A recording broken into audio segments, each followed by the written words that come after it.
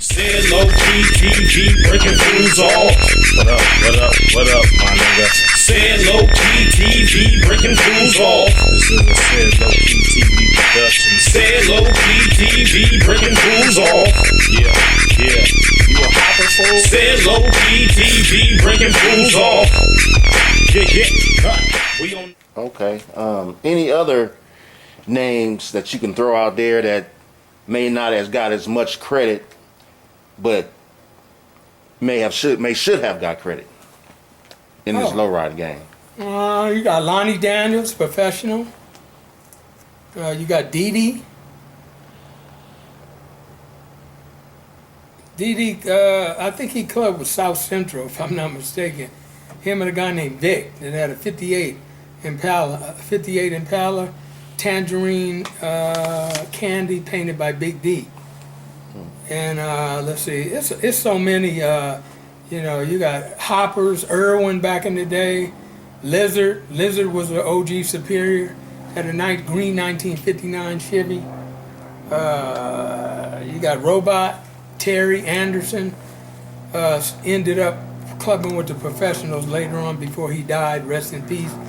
He was one of them guys that know how to put remote control in the car and be across the street and working the remote control and make it lock up, lay, and your record player comes out the back seat, all this electrical stuff. Nobody, I haven't seen anybody that knows how to do that since then but Ernest. Ernest and Terry were the only ones that knew how to put those remote controls in cars that I knew of. Okay. And OG Ernest. Ernest, right? Speak on Ernest. Ernest House, OG lowrider. I remember we were at Brookside, and I was freezing out there that day. Ernest said, "What's up, Wild Cherry? What's wrong with you?" He said, "Man, I'm cold." He said, "You want some hot chocolate?" He rolled his window down and gave me a cup and gave me some hot chocolate, and we was in the parking lot waiting for all the riders for the daybreak to go to the park. We was at Food for Less parking lot on Arroyo. I think that's Arroyo Parkway. And, but Ernest is an OG lowrider. He's been around for years. And, Ernest, he never got his real props. He was one of the first guys to bust out with a four-door luxury lowrider. Nobody had no four-door. I mean, we used to frown up at four doors back then. I remember, I remember he had a four-door, and we looked at it and said, "Oh, okay." But we didn't, we didn't give him a whole lot of props for it because we wasn't into four doors. But Ernest was the first one, and I give him total respect. The award that we give out as a Four Dog Award at the LowRider National LowRider Hall of Fame, it's called the Four Dog Award, and it's named after Ernest House. Oh, okay. Since you mentioned Brookside, I hear that was the spot back in the day. I always talk about traditional days, majestic before days. Brookside, it was Hanson Dam. Well, speak on Hanson Dam. Yeah, Hanson Dam. No, I'm sorry. It was Brookside first, then we moved to Hanson Dam. Okay, speak on Brookside, then Hanson Dam. Oh, Brookside is in Pasadena. That's where all the lowriders used to go, as far as I know, from probably the late 50s. The late 50s all the way up until probably 78, maybe. And then a lot of us moved to Handsome Dam. And we used to hang out up there, man. People used to, lowriders, you just hang out all day, man. Have fun, eat, jokes, bang on other lowriders. We used to tell other lowriders, them wannabes. They always had wannabes in every generation. The wannabe lowriders used to hang with the riders and they want to be a lowrider, but their shit wasn't tough enough. They just hanging out, right? And we used to bang on them and say, "When you go get your shit together?" They had one dude named Kenny, I'll never forget it, and Ronnie started banging on him and started calling Bondo Bandit. He had a bunch of Bondo in his car, but he was a cool brother. He just was one of them wannabes, just like to just hang out. And he was a cool brother. And I'm talking to all the lowriders out there, black, Latino, Asian, or whatever race. Did make you guys... Make sure, huh? Go ahead, keep going. Make sure your shit is tight. Don't come out with the shit all ragged. You know, white walls, not white, prime spots, and hanging a plaque in the back window with prime spots. Have your shit tight. If you don't want to get a custom paint, at least have a tight stock paint job, front and back, laying, like OG lowriders are supposed to do. Not locked all up about 2 stories high. OG lowrider used to lock up and lay and didn't have any problem with it. You know, when you used to lowride back in the day, all OG lowriders, when they parked their car, they laid it. That was the thing to do back then. If you see somebody coming down the street, coming the opposite way, you would lock it up on him. You would hit the switch on him. Sometimes they even make a U-turn on you. A U-turn on you and ride right next to you and hit the switch on you and lay it and drag the car on you, get in front of you, lock the back end up and drag the front end up. That chili brick will get down from a brick to about a ½ an inch. They didn't drug it down on you so tough. All right. Did you guys, was there mixed races back then when it was low riding? Yeah, it was always mixed, but not as much as it is now. Now it's really mixed now, which is great.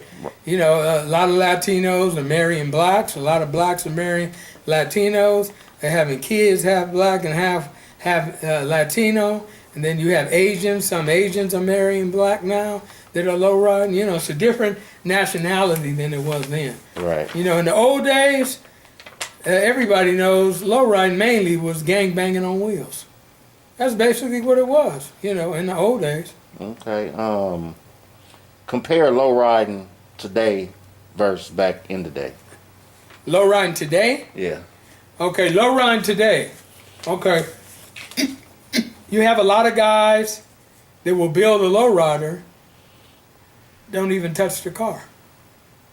Nothing. They don't do anything. It's okay if you don't touch the car, if you don't paint, if you don't do any interior. But what about putting the hydraulics in? You know, putting the hydraulics in, cutting out your car. You know, back then we didn't have cars that would lock up, let's say, 10 feet high, almost 7 feet high. We didn't have cars that do that. You lock up when the stroke, 10-inch stroke at the max, would lock up, and that was it. And then you had your front end. You know, you didn't do no extended A-arms and all that stuff. We used to do a straight cut. And some of you new generation guys might not even know what a straight cut is. Straight cut. Cut a hole in the trunk where the shock is, and you weld a donut around it so the cylinder won't lean. And you put the cylinder in from the bottom, and then you put the coils. You can run a straight cut with a straight set of coils and a flat cup, and your cylinder will go down, and that's a straight cut. Or you can go with a straight cut with a stock. Use the stock coils about this big. I don't see anybody doing that, but you go see Wild Cherry doing it. I'm gonna have a straight OG cut using the OG coils about this big around with a cup about 2 inches deep, okay, and it'll lock up and it will lay. All right. And extended A-arms. A lot of lowriders today don't even know where that came from. Extended A-arms. Where extended A-arms came from is, see, in the old days when you used to lock your front end up, your wheels would butterfly like this. It would go the opposite way. Now you get extended A-arm, you cut the A-arm and you extend it. It started out with just a ½ an inch. So when you lock up, your you would only butterfly about like that. So it keeps your wheels straight, kind of straight. And then somebody said, well, I wonder how it look if you do a full inch. Then it went from here to about like that. 2 inches, like that. I'm sorry, wrong way. This way. They bulldog. It goes the opposite way. Now they got people rolling around here with 2 inch, 2.5 inch extended A-arms rolling on the white wall. I'm not knocking anybody out there, but that shit looks crazy. And it messes up your 520s or whatever tires you're rolling. You have no white wall. After about rolling about 2 weeks, 3 weeks, your white wall's gone because you didn't extended your A-arms too much. Extended A-arms shouldn't be no more than, my opinion, because I'm an OG, extended A-arms shouldn't be no wider than an inch. Your wheels still will stay straight, and they won't go too far over, and it looks good. Okay. Hopping. Uh-oh. They didn't get the hopping like they got now back in the days. When did you start? When did you first notice the hop game come into effect? The hop game, when I noticed it back in 1976, when my real low riding started, not when I had that Camaro. That was a brand new car with Kragers and 520s on it. No, I had Calchromes and 520. That wasn't no real low ride. Real low ride is when you cut your car. When you cut your car out, Al cut my car in the front on 8th Avenue. And then Alex cut the back and put the step downs in. That's real low ride when you come down and slide. Slide in on somebody and lay your car down. Okay. And when it's time to get up, you get up and get on out of there. All right, well, the hopping. Speak on the hopping. Okay, the hopping. 1976. First time I witnessed hopping was Irwin. I forgot Irwin's last name, but Irwin lived on Town Street. Him and Big D used to do a lot of painting over there and put the sunroofs in cars back then. And he was hopping against Leaping Lonnie. Lonnie Bolden from the no, not Lonnie Bolden. Is Lonnie's last name Bolden? I forgot, but Lonnie, everybody knows Lonnie. OG Lonnie from the Professionals that had that Leaping 63 Chevy, and he had that 67 Riviera painted by Herman and Bob and Son, blue and black interior. But that was the first time I witnessed hopping. I never been a hopper, so I can't take any credit for any hopping. I was always in the shows, building show cars. But the first time I witnessed it was Ernest and Lonnie, and it was somebody else. Lizard. Lizard was one of our OG Superior Club members, 59 Chevy. He was hopping back in the day. He was only doing about 3 feet. Yeah, they say doing about a Coke can or tuna can. That's what they measured back in the day. They would put a Coke can, and then you go higher than a Coke can, and then pretty soon it was 2 Coke cans. Then pretty soon it was 3 Coke cans. Then pretty soon they went to the measure board. Right. The measured board I think started at about 4 feet, 4 feet and up. Okay. The measure board goes up to 135 now. Right. Speak on that. It's outrageous what the cars can do now. I mean, that's one of the reasons why they had to lock the back end up higher than what it used to go, because the bumper would hit the back end and it wouldn't let the car raise the front end up anymore. So when you lock the back end all the way up like that, it gives it more room so it can swing. So it can swing better. Right. Okay, so we do this. Okay, you ready? Yeah. National LowRider Hall of Fame. All right. How did that come about? Let me switch hats now. NLHOF. How did that come about? Okay, the National LowRider Hall of Fame came about. I used to just look at different people that was due their props, and they were looked over. Black, Hispanic, Asian, they were looked over. And I said, you know what? I'm gonna start an organization called the National LowRider Hall of Fame, where we're gonna induct people from all walks of life.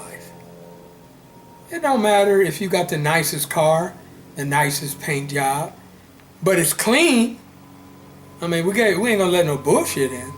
I mean, but it's clean. What about the guy that's been low-riding for 40 years, and he don't even like car shows.